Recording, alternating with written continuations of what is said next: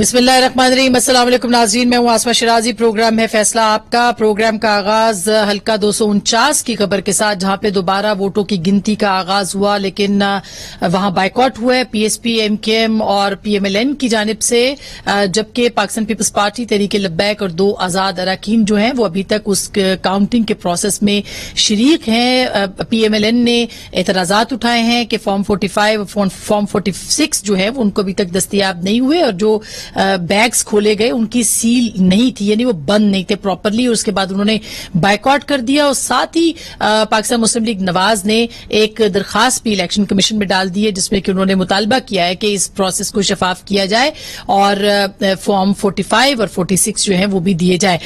अब इसके ऊपर क्या होगा, जाहिर है कि ये काफी अहम है देखना इसके ऊपर। जो अमल जारी है उसमें अब तक जो अखबारी और इत्तलात हैं वो उसके मुताबिक तकरीबन पीपल्स पार्टी के 19 के करीब पोलिंग स्टेशंस की गिनती मुकम्मल की है ओवरऑल, लेकिन उसमें जो पीपल्स पार्टी के मुस्तरद हुए वोट वो 21 हुए हैं, और मुफ्ता इस्माइल साहब के 11 वोट अब तक जो है वो मुस्तरद हो चुके हैं। इसी तरह से पाकिस्तान तहरीक इंसाफ की भी इत्तलात है कि उनके भी कुछ वोट जो है वो मुस्तरद हुए हैं। ये अब तक की अखबारी इत्तलात हैं, गैर हतमी। बहरहाल जो सूरत हाल बनती नजर आती है उसमें ऐसे लगता है कि पीएमएलएन अगर यहां से उनको दोबारा शिकस्त हुई वो इसको नहीं तस्लीम करेंगे। दूसरी जानिब बिलावल भुट्टो साहब ने शहबाज शरीफ साहब के साथ भी राब्ता किया, उनको मुबारकबाद दी है, खुशाब के इंतखाब की, और खुशाब के इंतखाब को देखा जाए तो वहां पे एक दफा फिर पाकिस्तान मुस्लिम लीग नवाज ने लंबे मार्जिन के साथ जो है वो इंतखाब जीता है। और ये कहा जा रहा है कि वहां पर जो उनको फतह हुई है, और गो के मुकाबला बहुत अच्छा पाकिस्तान तहरीक इंसाफ ने भी किया है, लेकिन उनको वहां पे शिकस्त हुई है, और ये मुसलसल 11वीं शिकस्त है जो कि पाकिस्तान तहरीक इंसाफ को ज़िमनी इंतखाबात के अंदर मिली है। कहा जा रहा है कि ये बयानिए की वजह से है पाकिस्तान मुस्लिम लीग नवाज के, या फिर ये कारकर्दगी की वजह से है जो कि पाकिस्तान तहरीक इंसाफ की हुकूमत की है। इसी पे आज वजीर आजम ने भी लाहौर में बात की और कहा है कि अब हमारे पास मार्जिन नहीं है, अब हमने अपनी कारकर्दगी को बेहतर बनाना है। ब्यूरोक्रेसी पे भी उन्होंने तनकीद की है, और काफी तनकीद की है पंजाब की ब्यूरोक्रेसी पे। तो क्या वाकई कारकर्दगी इस हद तक खराब हो गई है कि अगले इंतखाब से पहले अगर बेहतर ना हुई तो तहरीक इंसाफ को काफी बड़ा और काफी मुश्किल मुकाबला जो है देखने को मिलेगा। जबकि जो इकॉनमी है वो इस वक्त सबसे बड़ा कारकर्दगी की जब बात की जाती है तो सबसे बड़ा एक अलमिया वहां पे नजर आता है, या उसको एक प्रॉब्लम नजर आता है जो कि तहरीक इंसाफ अभी तक फिक्स नहीं कर पाई है। आज भी वजीर आजम ने कहा कि वो ट्रैक पे वापस आ गए हैं, और जितने भी इक़दाम थे उनका फायदा अब पाकिस्तान तहरीक इंसाफ की हुकूमत को होने जा रहा है। लेकिन दूसरी जानिब जब हम शौकत तरीन साहब को सुनते हैं, जो कल उन्होंने बातें की हैं वो अपनी हुकूमत के खिलाफ एक चार्जशीट है, या जो पिछले वजीर खजाना थे और हुकूमत के जो 3 साल की कारकर्दगी है मईशत के हवाले से, उसके ऊपर एक चार्जशीट नजर आती है। बहुत अहम बातें कल शौकत तरीन साहब ने की है। क्या कहा है जरा सुन लीजिए, फिर उस पर आगे बात करते हैं। ये IMF प्रोग्राम था, ये काफी डिफिकल्ट था। ऐसी कंडीशंस डाल दी जिसकी एक पॉलिटिकल कॉस्ट भी होती है। हमने स्टेबलाइजेशन से निकल के ग्रोथ मोड में जाना। हमारा आम आदमी जो है वो बिल्कुल तंग आ चुका है। ये सारी महंगाई महंगाई महंगाई। Tariff increase is not the only way to raise money. हमारी एक्सपोर्ट इंडस्ट्री में कोई FDI नहीं है। जो सर्कुलर डेट है वो बढ़ता जा रहा है, उसके ऊपर कुछ थोड़ी ब्रेक्स लगनी चाहिए। हमारी ग्रोथ जो 5.5% थी वो बढ़ती रहती तो शायद ये हमें कैपेसिटी पेमेंट देने की जरूरत ना होती। मैं इन लोगों के साथ बैठूंगा, whether it is PMLN, Peoples Party, हमारी क्रिटिकल इकोनॉमिक इश्यूज हैं उस पर कंसेंसस क्रिएट कर ले। कोविड ने करके हमें वापस लेके आ गए, इंटरेस्ट रेट डिस्काउंट नीचे आ गया। I believe in the independence of central bank. बड़ी अहम बातें की हैं। एक तरफ उन्होंने ये कहा कि अगर ग्रोथ जो कि 5% पे थी ये बढ़ती रहती तो बहुत ही बेहतर सूरत हाल होती। हमने हाल ही में सुना कि पीएमएलएन की जो हुकूमत थी उसने शायद आदाद शुमार में रद्दोबदल किया और ये कम थी, लेकिन उसको 5% बताया गया। आज शौकत तरीन साहब उसकी तस्दीक करते नजर आते हैं कि 5 से अगर आगे चलती तो ये बहुत बेहतर हो जाती और आज 7% पे खड़े होते। ये सूरत हाल है। दूसरी जानिब उन्होंने कहा है कि वो अपोजिशन से बात करेंगे। ये वो बात है जो कि आते ही हुकूमत के वजूद में आने के बाद शहबाज शरीफ और बिलावल भुट्टो जरदारी साहब ने फ्लोर ऑफ द हाउस कहा था कि मिसाके मईशत के ऊपर चलना चाहिए, लेकिन हुकूमत को उस वक्त रियलाइज नहीं हुआ। अब अगर हो रहा है तो क्यों हो रहा है? क्या बहुत देर हो गई है? ये मजबूरी है, जरूरत है? कल हमारे प्रोग्राम में फवाद चौधरी साहब ने सुलह की हाथ बढ़ाया और कहा कि अब मजीद गिरफ्तारियां नहीं होंगी। तो इसका मतलब यह है कि अब हुकूमत को महसूस हो रहा है कि अगर मिसाके मईशत या मईशत के ऊपर बात ना हुई, सबको साथ लेके ना चले तो सूरत हाल बहुत खराब होगी। सूरत हाल काफी खराब है। बजट जताने वाला है। IMF प्रोग्राम के ऊपर आपने शौकत तरीन साहब को सुना कि जिन शराइत के ऊपर वो प्रोग्राम किया गया उससे हालात बहुत दिगरगूं हो सकते हैं और हो गए हैं। इसके ऊपर भी बात करेंगे। शहबाज शरीफ साहब आज इस्लामाबाद में थे, बहुत अहम मुलाकातें उनकी रही डिप्लोमेट्स के साथ, और दूसरी जानिब जो है बिलावल भुट्टो का राब्ता भी हुआ है। PDM में राजा परवेज अशरफ की मौलाना फजलुर रहमान से मुलाकात भी हुई है। वजीर आजम ने कल सफीरों को बहुत तनकीद का निशाना बनाया, जिसपे शहबाज शरीफ साहब ने आज एक लंबा चौड़ा स्टेटमेंट भी दिया। हो क्या रहा है, हुकूमत की मुद्दत के बारे में भी अफवाहें हैं, और क्या ये सब मईशत के साथ जुड़ा है? बहुत सारे मौजूआत हैं, इसीलिए आज हमने बहुत सीनियर तजिया निगारों को अपने प्रोग्राम में दावत दी है। हमारे साथ मईशत पे बात करने के लिए डॉक्टर आबिद सुलैरी साहब मौजूद हैं, जो कि इस वक्त प्राइम मिनिस्टर की इक्तिसादी कौमी राब्ता कमेटी के रुकन भी हैं और STPI के चेयरमैन भी हैं, सरबराह भी हैं। बहुत बहुत शुक्रिया आपकी हमें ज्वाइन करने का। फूड सिक्योरिटी के हवाले से प्राइम मिनिस्टर के साथ जो है उनकी कमेटी के ऊपर खास करके उनकी मुशावरत रहती है। जनाब मजहर अब्बास साहब, पाकिस्तान की सियासत सहाफत का के बेहतरीन जिसे कहते हैं तबसरा निगार, तज्जिया निगार हमारे साथ कराची से मौजूद हैं। बहुत बहुत शुक्रिया जनाब। हमारे साथ मौजूद होंगे मंसूर अली खान साहब, हमारे नौजवान सहाफी और तज्जिया निगार भी हैं और अपना बेहतरीन प्रोग्राम एक्सप्रेस न्यूज पे पेश करते हैं। बहुत बहुत शुक्रिया मंसूर आपके भी आने का। सबसे पहले मजहर साहब आपके पास आते हैं। 249 का हल्का है, सियासत है, और सियासत के अंदर पीपल्स पार्टी और नून लीग में बढ़ती दूरियां हैं, फासले हैं। आपका आजाद तबसरा हम जरूर सुनना चाहेंगे 249 के ऊपर। हो क्या रहा है और होगा क्या? शुक्रिया आसमान। देखिए, मेरा ख्याल है बहुत ज्यादा कशीदगी बढ़ा दी है मुस्लिम लीग नून और पीपल्स पार्टी ने अपने दरमियान। ये छोड़ें कि इसका आउटकम क्या होता है NA 249 का, लेकिन जो भी आउटकम होगा उससे इस कशीदगी में कमी नहीं आएगी। और हालांकि शहबाज शरीफ साहब इस कशीदगी को कम करना चाहते हैं, इसीलिए उन्होंने इस हवाले से बहुत गार्डेड सा स्टेटमेंट दिया था इस हवाले इसमें, और वो पीपल्स पार्टी से अपनी कशीदगी को कम करना चाहते हैं। आज जो बिलावल भुट्टो ने उनको टेलीफोन किया उससे भी जो है उसकी भी इत्तलात यही है कि शहबाज शरीफ ने भी अच्छे ख्यालात का इजहार किया।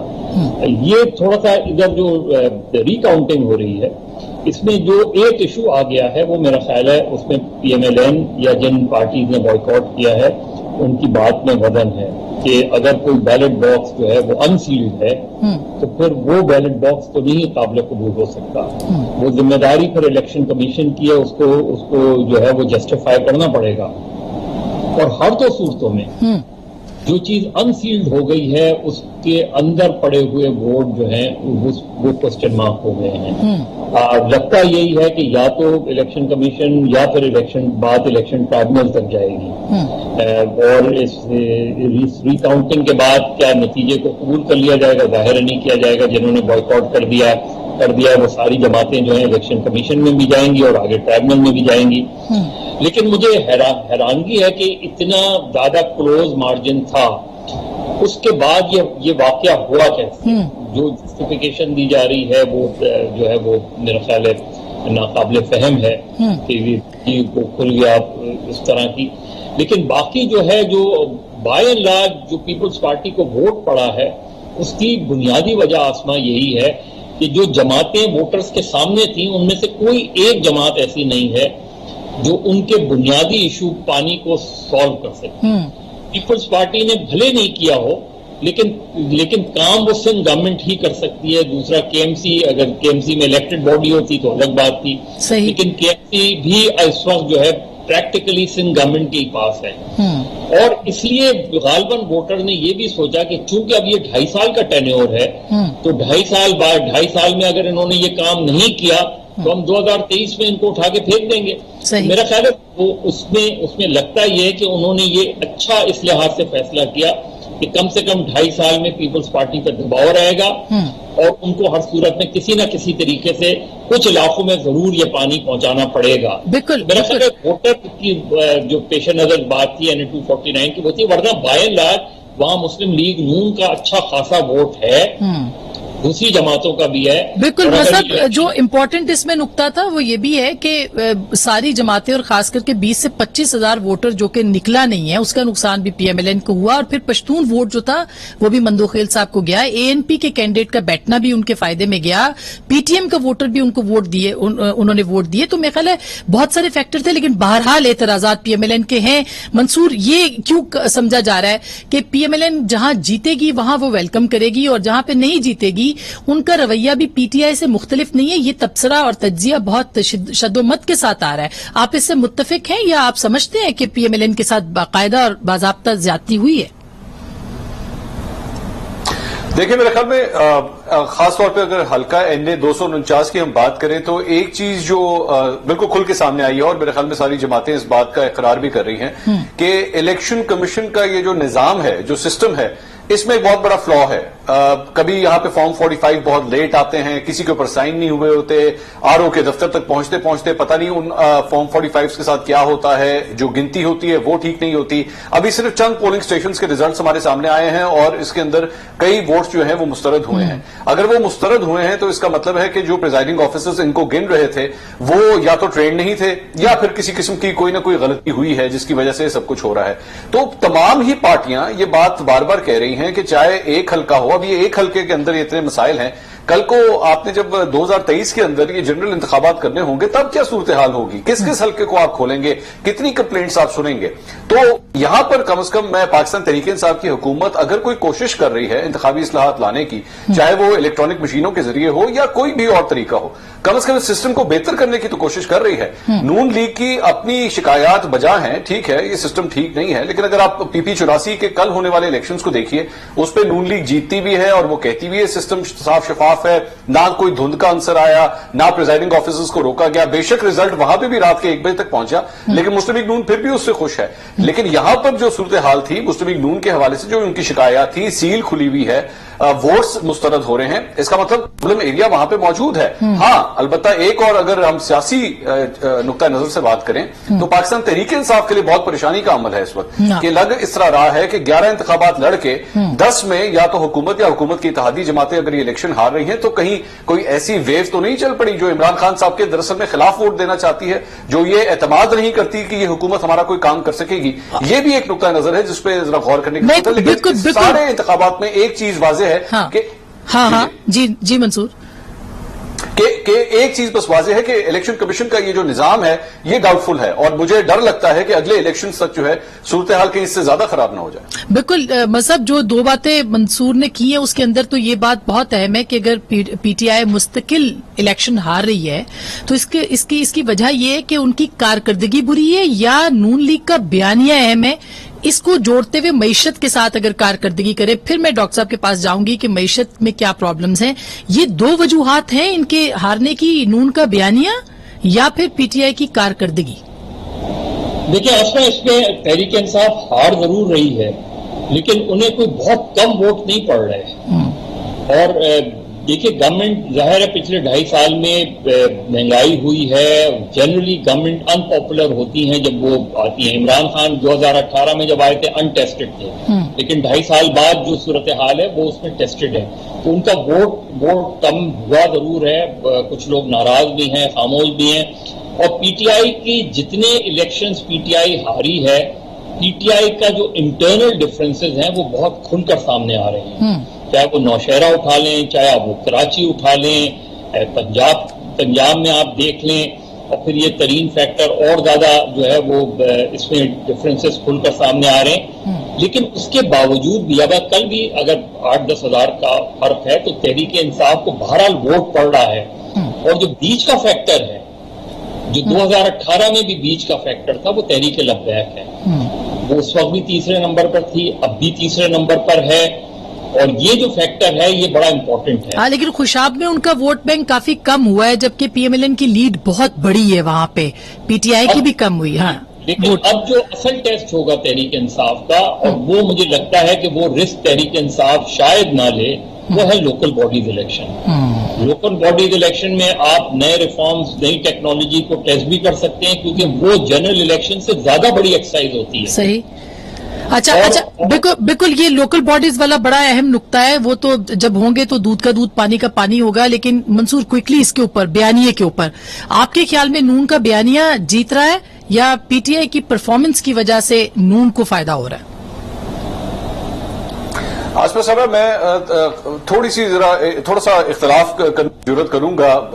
जाहिर बात है मजहर साहब मेरे बहुत सीनियर हैं और मुझसे बहुत बेहतर तज्जिया कर सकते हैं, लेकिन इसमें एक जो बड़ा इंपॉर्टेंट फैक्टर है वो, जिस तरह हमने पहले 249 की बात की थी कि वहां के लोगों ने कहा कि 2.5 साल है पाकिस्तान पीपल्स पार्टी के पास और ये लोग हमारा काम कर सकते हैं, तो फिर आखिर ये एतमाद पंजाब के अंदर पाकिस्तान तहरीक इंसाफ को क्यों नहीं मिल रहा? लोग उनके ऊपर ही क्यों नहीं एतमाद कर पा रहे कि हाँ यही हमारे काम कर सकते हैं, तो आप इन्हीं को वोट करें। जो सिटिंग गवर्नमेंट है वो या तो अपनी पास्ट परफॉर्मेंस या आने वाली परफॉर्मेंस की जो उम्मीदें हैं उसी के ऊपर वोट करती है।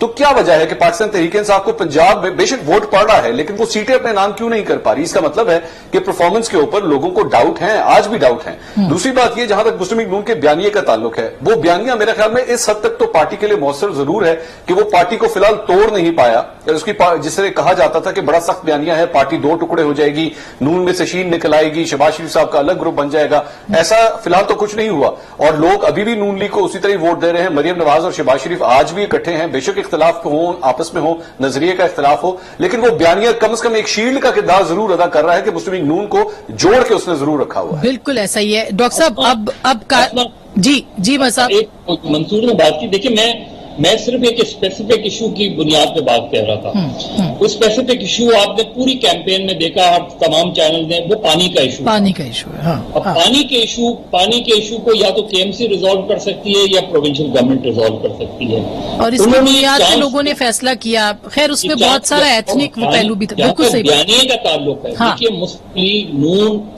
का बयानिया, नवाज शरीफ ने मुस्लिम लीग नून को एक नया रंग दिया है पिछले चंद सालों में। वो मुस्लिम लीग जो एस्टैब्लिशमेंट के साथ बहुत जुड़ी पार्टी होती थी और रातों रात बदल जाती थी, वो मुस्लिम लीग नून 2.5 साल तक खड़ी रही है और खड़ी है अब तक।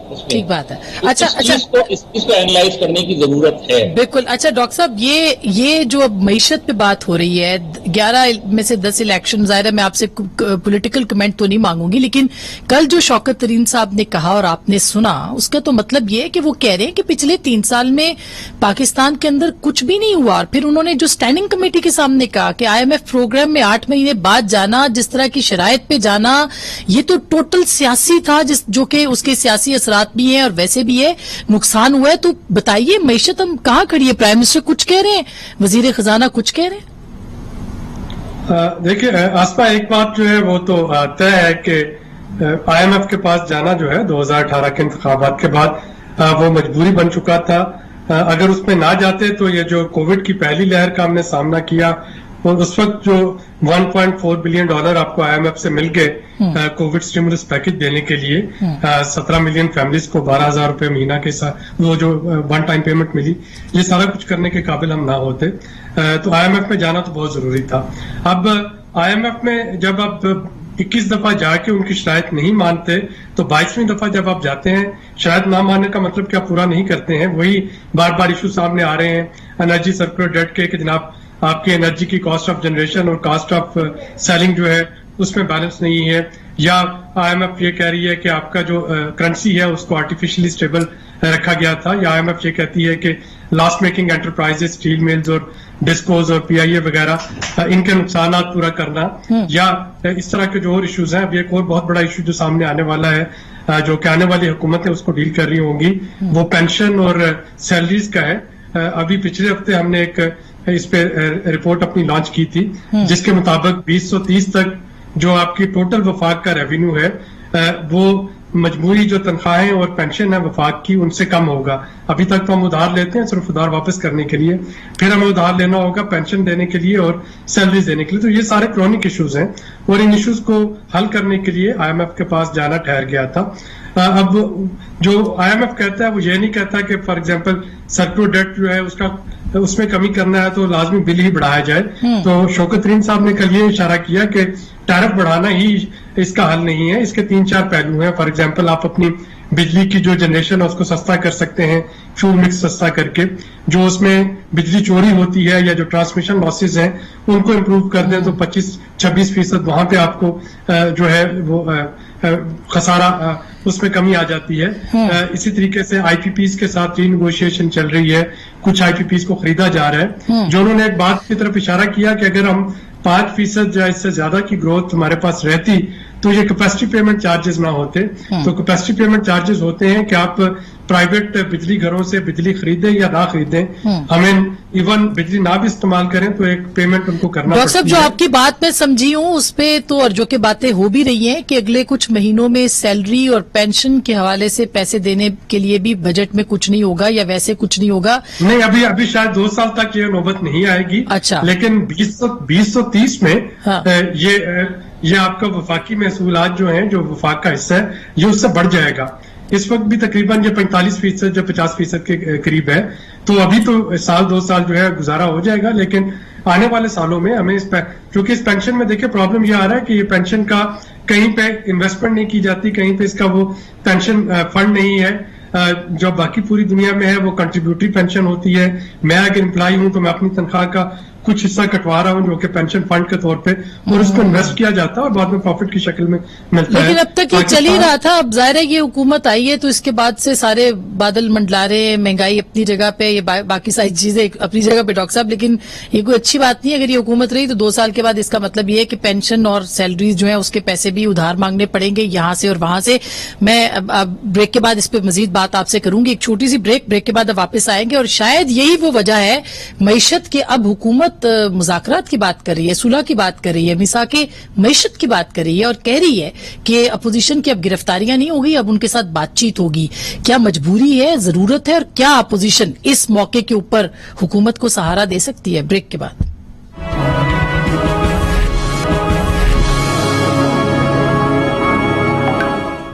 वेलकम बैक नाज़रीन, एक दफा फिर आपको खुशामदीद कहते हैं। मज़हर साहब, बल्कि मंसूर से पहले पूछ लेते हैं। मंसूर, ये बताइए कि ये जो हुकूमत ने मिसाके मईशत के हवाले से अब बात की है, शौकत तरीन साहब ने कहा मैं खुद बात करूंगा अब सारे पार्टियों के साथ और हम आगे लेके चलेंगे।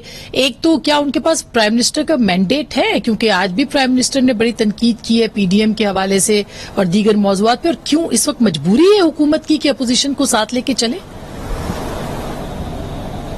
मेरे ख्याल में आसमा साहब, आप लफ्ज आपने बिल्कुल सही इस्तेमाल किया कि ये मजबूरी है। और दूसरी बात यह कि शौकत तरीन साहब के पास, जिसे कहते हैं ना कि जिसके पास हिसाब किताब होता है उससे सही पता होता है कि मौजूदा इस वक्त घर की हालत कैसी है, घर पे पैसे कितने पड़े हुए हैं, खर्चा कितना है।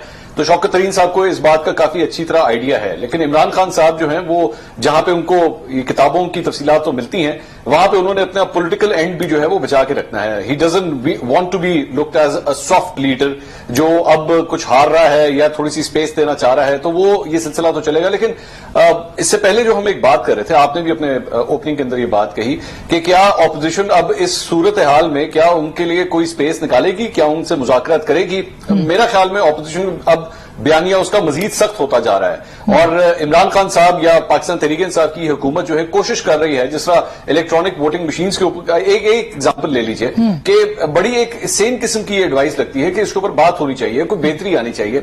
लेकिन ऑपोजिशन के अंदर जो है ऑपोजिशन बनाए ऑपोजिशन का एक अंसर जो है वो अब नजर आना शुरू हो चुका है, जिसपे बात होनी भी चाहिए, उस पर भी अब वो बात करने को तैयार नहीं है, क्योंकि वो ये समझते हैं कि हमारे जो कड़ा वक्त था, जो बुरा वक्त था, वो तो गुजर गया।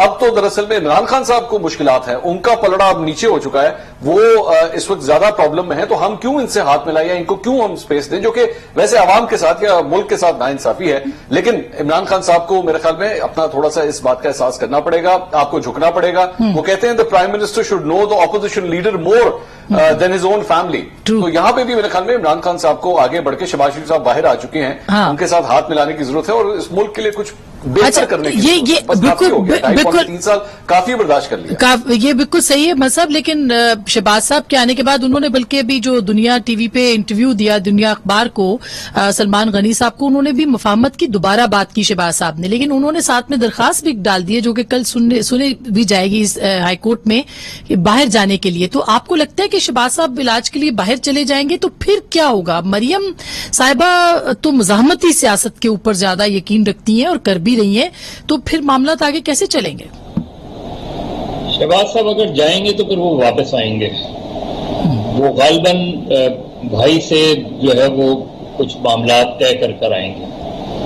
اور میں بالکل اتھارٹی سے تو نہیں کہہ سکتا، لیکن اگر شہباز صاحب کا نام ECL سے نکالا جاتا ہے تو ظاہر ہے وہ عمران خان صاحب کی مرضی سے تو نہیں ہوگا، کیونکہ عمران خان بالکل بھی نہیں چاہیں گے کہ شہباز شریف، یا کیونکہ مریم نواز صاحبہ پہ اگر وہ اتنی اسٹرانگ پوزیشن لے سکتے ہیں تو شاید شہباز شریف پہ، تو یہ بڑا انٹرسٹنگ ہوگا کہ اگر شہباز صاحب کو اجازت مل جاتی ہے باہر جانے کی۔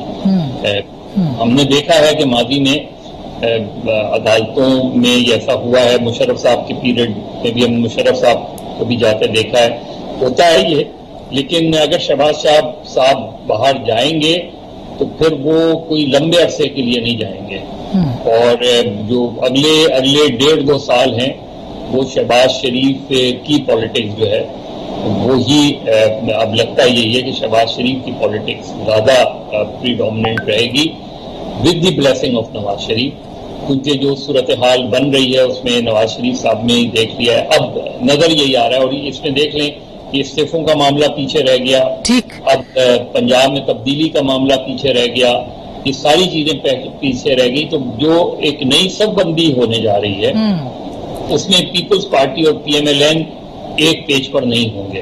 اچھا اور اچھا، کوشش تو شہباز صاحب کر رہے ہیں رابطوں کی، ہوگی، ہاں وہ ساری ہوگی، بہت سی چیزوں میں جو ہے وہ ساتھ بھی آئیں گے، لیکن پیپلز پارٹی اور PMLN اپنے اپنے لحاظ سے 2023 کی سب بندیاں۔ اچھا، یہ بڑی امپورٹنٹ بات ہے، لیکن ڈاکٹر صاحب اب یہ جو حکومت ہاتھ بڑھا رہی ہے، isn't it too late؟ اگر بہت پہلے ہو جاتا تو اچھا تھا، مگر اب تو اتنا دیر ہو گئی، تو بہت دیر کی ہے مہربان نے آتے آتے۔ دیکھیے، اس بات پہ تو کوئی دو رائے نہیں ہے کہ میکرو اکنامک اسٹیبلٹی کی جو کوششیں کی جا رہی تھی ان کے ساتھ ساتھ، اور آپ کے پروگرام میں بھی بارہا یہ بات ہو چکی کہ پولیٹیکل ٹمپریچر جو تھا اس کو نیچے رکھنا ضروری تھا، اور اب بھی گوئنگ فارورڈ یہ اپوزیشن کے بھی مفاد میں ہے کہ وہ بہت سی چیزیں جس پہ کہ PTI کی حکومت نے کچھ تلخ فیصلے جو ہیں آلریڈی کر لیے ہیں ان کا ساتھ دے، کیونکہ یہ آنے والی حکومتوں کے فائدے میں ہوگا۔ 2023 کے بعد جو بھی جماعت حکومت میں آتی ہے یہ ان سب کے لیے فائدے میں ہوگا اگر یہ خسارے جو ہیں ان کو آج کنٹین کر لیا جاتا ہے۔ اگر ان کو آج کنٹین نہیں کیا جاتا تو پھر وہ جو IMF اور حکومت کی میوزیکل چیئر ہے اور جس میں عوام پستے ہیں وہ چلتی رہے گی، یعنی کوئی بھی حکومت جو ہے وہ اپنی مرضی سے IMF کے پاس نہیں جانا چاہ رہی ہوتی، لیکن ہر حکومت کو IMF کے پاس جانا پڑتا ہے، اور پھر یہ بھی ایک بڑا اتفاق ہے کہ وہ IMF پروگرام جو ہے وہ این الیکشن سے 1 سال پہلے ختم ہو جاتا ہے، جس میں کہ 4 سال میں جو کچھ بھی حکومت نے کیا ہوتا ہے، جیسے PMLN جب IMF میں گئی تو 4 سال جو بھی انہوں نے تلخ فیصلے کیے، سخت فیصلے کیے، 5ویں سال میں آ کے وہ دوبارہ سے ریورس ویری انٹرسٹنگ۔ تو یہ تو اب بھی یہ ہوگا کہ اگر یہ 2022 میں پروگرام ختم ہو جاتا ہے، جو کہ اس کے بعد الیکشن یہ شروع ہو جائے گا، تو ظاہر ہے کہ اگر آج اپوزیشن جو ہے وہ حکومت کے ساتھ ان مذاکرات پہ نہیں بیٹھے گی تو PTI کے پاس بھی وہی لگا بندہ فارمولا ہوگا کہ 2023 میں وہ پھر ایک پولیٹیکلی الیکشن اورینٹڈ فیصلے کرے، جس میں کہ شاید پھر آسٹیرٹی جو ہے وہ ایک سائڈ پہ رہ جاتی ہے، دوبارہ سے اسپینڈنگ سپریڈ شروع ہو جاتی ہے۔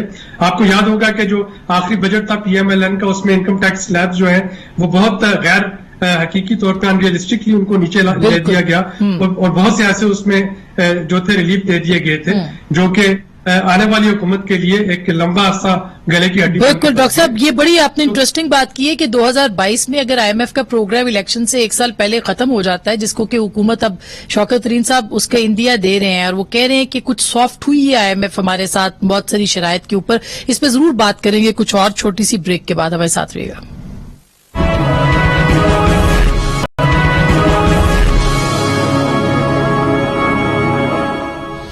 ویلکم بیک ناظرین، ایک دفعہ پھر آپ کو خوش آمدید کہتے ہیں۔ منصور، ہم بریک سے پہلے بات کر رہے تھے معیشت کی، IMF کا بجٹ ہے اور IMF کے بجٹ کی شرائط بڑی سخت ہیں، معیشت کے لیے بھی بڑا سخت ہے، اس کے سیاسی اثرات کیا ہوں گے بجٹ کے بعد؟ خاص کر کے جہانگیر ترین گروپ جو ہے وہ تو ایک سائڈ پہ بیٹھا ہوا ہے اس وقت بھی۔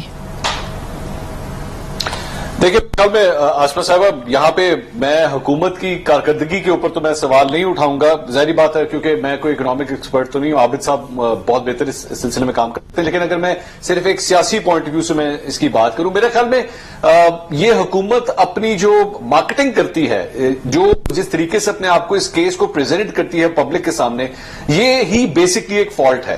آپ جب جا کے عام پبلک کے سامنے یہ بات کریں گے جی GDP گروتھ اب اتنی ہو گئی ہے، کرنٹ اکاؤنٹ خسارہ اتنا ہو ہو گیا ہے تو ڈالر ریزروز ہمارے اتنے ہو گئے ہیں، وہ نہیں سمجھیں گے. یہ بات آپ پبلک کے ساتھ نہیں کر سکتے. یہ آپ کے ٹریجری ڈپارٹمنٹ کے اندر بیٹھ کے کرنے والی بات ہے جس کو آپ ٹاک شوز کے اندر یا لوگوں کو بیٹھ کے ایکسپلین کرنے کی کوشش کرتے ہیں. ان کا بیسک مسئلہ یہ ہے کہ آج چینی کتنے کی ہے، ان کا بیسک مسئلہ ہے ٹماٹر کتنے کا ہے، بچے کی اسکول کی فیس کتنی ہے، میرا بجلی کا بل کتنا ہے، میں نے اگر روزمرہ کی ٹرانسپورٹیشن کرنی ہے تو بس کا کرایہ کتنا ہے. These are the basic things. آپ اس کے اوپر جواب دیجئے. شہباز شریف کے حوالے سے وہ جو اورنج لائن چلاتے تھے، یہ لاکھ دفعہ کہیں جی اورنج لائن میں یہ مسئلہ، اورنج لائن اتنی مہنگی، اتنے کی سبسڈی. لوگ آپ کی بات نہیں سنتے. وہ اس لیے نہیں سنتے کیونکہ وہ کہتے ہیں کہ جناب ہم جو اپنی جیب سے کرایہ دیتے ہیں ہمیں سستا پڑتا ہے. ہم ٹھاٹے مارتے ہوئے وی آئی پی کی طرح ہم یہاں سے وہاں ٹریول کرتے ہیں. مجھے مت بتائیں کہ آپ نے سبسڈی کتنی دی، یہ اورنج لائن کتنے کی بنی، یا منی لانڈرنگ کدھر ہوئی. مجھے یہ پتا ہے میں یہاں سے لے کے فلان جگہ تک جو ہے نا وی آئی پی کی طرح سفر کرتا ہوں. میں منصور آپ کا سن رہی تھی تجزیہ،